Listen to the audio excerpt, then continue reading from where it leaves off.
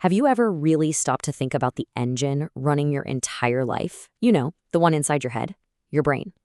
It's this incredible piece of biological machinery, but it's also hiding a huge mystery, a power paradox that scientists are still trying to figure out.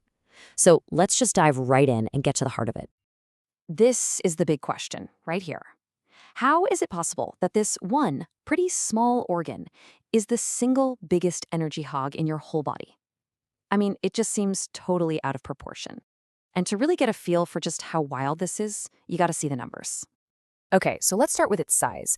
Your brain makes up, on average, just 2% of your body weight. That's it. For someone who weighs about 150 pounds, we're talking about a 3-pound organ. It's a tiny, tiny fraction of who you are physically. But now, get this. That same 2% of your body mass, it burns through a whopping 20% of your body's total energy. To put that in perspective, ounce for ounce, it's about 10 times more expensive to run than your muscles. So what on earth is it doing with all that juice?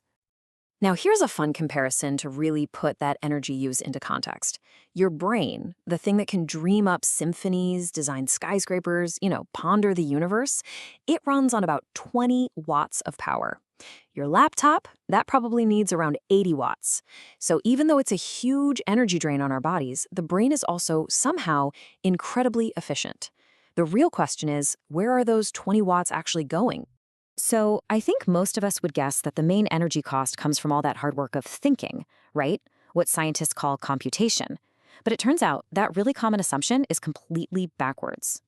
Yeah, the actual act of thinking, the raw number crunching, is surprisingly cheap, energetically speaking.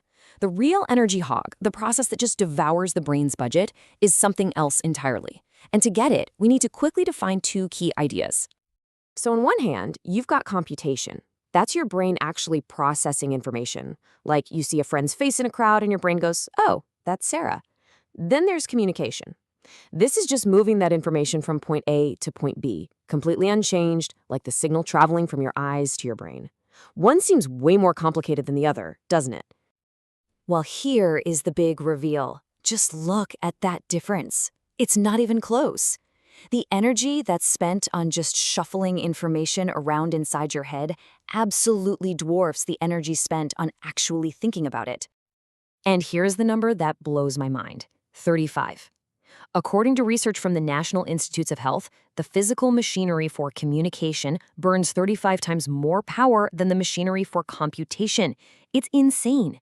But this discovery just opens up a whole new mystery. Okay, so if communication is the big cost, that still doesn't explain why your brain is chugging energy even when you're just chilling out watching a movie, or in some cases, even when a person is in a coma. The answer, it turns out, isn't in the signals being sent, but in all the machinery that keeps the brain ready to fire at a moment's notice. So meet the little culprits, synaptic vesicles. Picture these as microscopic bubbles at the end of every brain cell, and they're jam-packed with the chemicals that let your neurons talk to each other. When it's time to send a message, they pop open. And here's the thing, your brain has hundreds of trillions of them. Just keeping them maintained is a huge job. And this whole process of filling these vesicles is, well, it's leaky by design. Think of it like trying to fill a bucket that has a tiny hole in the bottom. Energy, in the form of protons, is always trickling out. So to fight that leak, a little molecular machine called a proton pump has to work nonstop, 24/7, just to keep those vesicles topped off and ready to go. This constant state of readiness, it's a massive, never-ending energy bill. So we've seen the cost comes from keeping the brain ready to communicate. But there is one more, even more fundamental piece to this puzzle. There's a single microscopic engine that powers this entire electrical grid, and it is the true king of the brain's energy budget. So what's the ultimate power source here? What's fueling those leaky vesicles? And more importantly, what's maintaining the electrical charge in every single one of your 86 billion neurons that allows them to fire in the first place? It all comes down to this guy, the sodium-potassium ATP pump. The easiest way to think about it is as the tireless little battery charger for every single neuron in your brain. It burns through your body's main energy molecule, ATP, to constantly reset the electrical charge that lets your neurons fire. It is, without a doubt, the single most critical piece of machinery for keeping your brain online. So here's the bottom line. This little pump's job is completely non-negotiable. If it stops, everything stops. No electrical signals, no communication, no thoughts. And keeping this massive grid, all 86 billion neurons, constantly charged and ready for action, well, that's what eats up the lion's share of the brain's incredible energy budget. Now, understanding this whole high-energy system isn't just a cool piece of biology trivia. It has huge implications for our health and maybe even for future technology.